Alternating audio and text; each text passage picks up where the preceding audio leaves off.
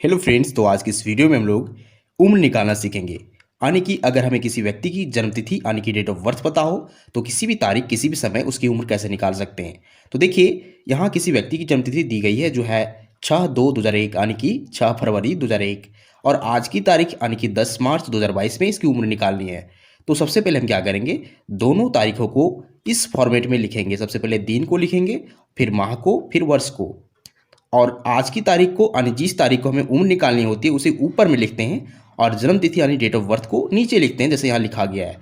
अब हम इसका उम्र निकालना शुरू करेंगे। तो सबसे पहले इसमें देखिए, हम ऊपर में से नीचे को घटाते हैं, यानी कि आज की तारीख में जन्म तिथि को घटाते हैं। तो देखिए, 10 में से पहले 6 को घटाएंगे क्योंकि छोटे यूनिट से घटाना शुरू करते हैं। यहाँ छोटा यूनिट दिन है, तो सबसे पहले दिन को घटाएंगे, फिर इसके बाद का यूनिट माह है, तो इसके बाद हम लोग माह को घटाएंगे, इसके बाद हम लोग वर्ष को घटाएंगे। तो चलिए दिन से घटाना शुरू करते हैं क्योंकि यह छोटा यूनिट है यानी कि मात्रक है। तो 10 में से 6 को घटाएंगे तो देखिए 4 मिलेगा, क्योंकि 10 में से 6 जाएगा तो हमें 4 ही मिलेगा। इसके बाद देखिए हम लोग इस माह को घटाएंगे तो 3 में से यहाँ 2 घटाना है तो हमें 1 मिलेगा। अब देखिए वर्ष को घटाना है, तो वर्ष में देखिए यहाँ 2 में से 1 जाएगा तो 1 मिलेगा, फिर 2 में से 0 तो सिर्फ 2 ही मिलेगा, और यहाँ 0 में से 0 तो 0, और यहाँ 2 में से 2 तो 0। इसका मतलब है कि इसकी उम्र जो आ रही है वो 21 वर्ष आ रही है, 1 माह आ रही है और 4 दिन।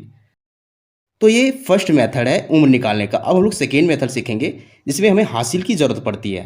तो इस वीडियो को आप पूरा देखिए, तभी आपको समझ में आने वाला है। अगर आप हड़बड़ी करते हैं तो आप बहुत कुछ सीखने से वंचित रह जाएंगे।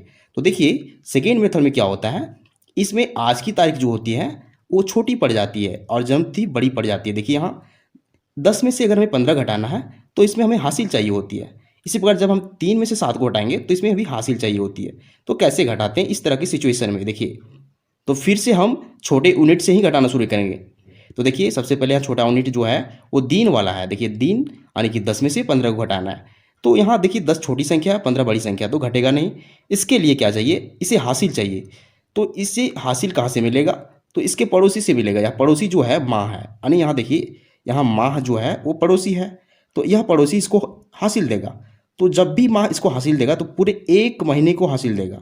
अब जानते हैं कि 1 महीने में कितने दिन होते हैं, तो 30, 31, 28, 29 कुछ भी होता है।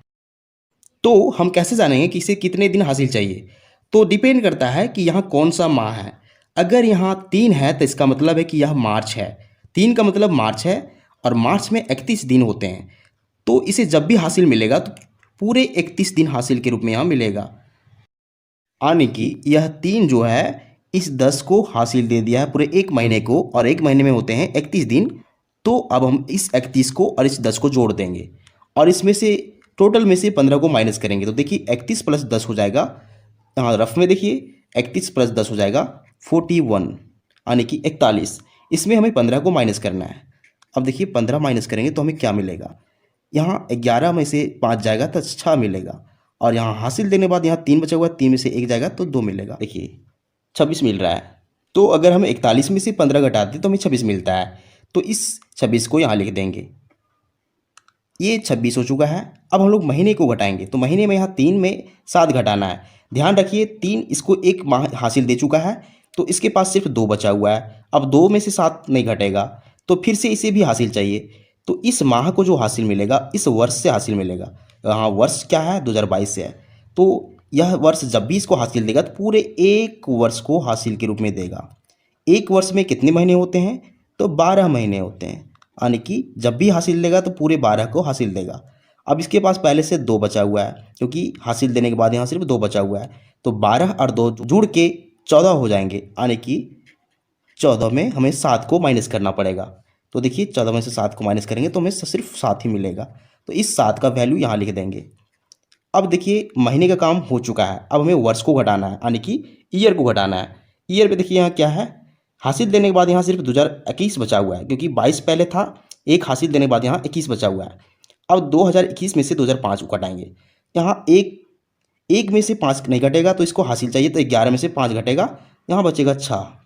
अब यहाँ हासिल देने के बाद सिर्फ 1 बचा हुआ है, तो 1 में से 0 तो 1 बचेगा, 0 में से 0 तो 0, और 2 में से 2 तो 0।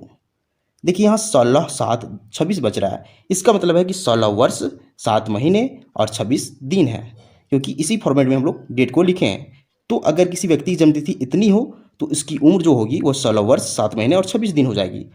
तो इस तरीके से हम किसी भी व्यक्ति का जन्मतिथि आसानी से निकाल सकते हैं।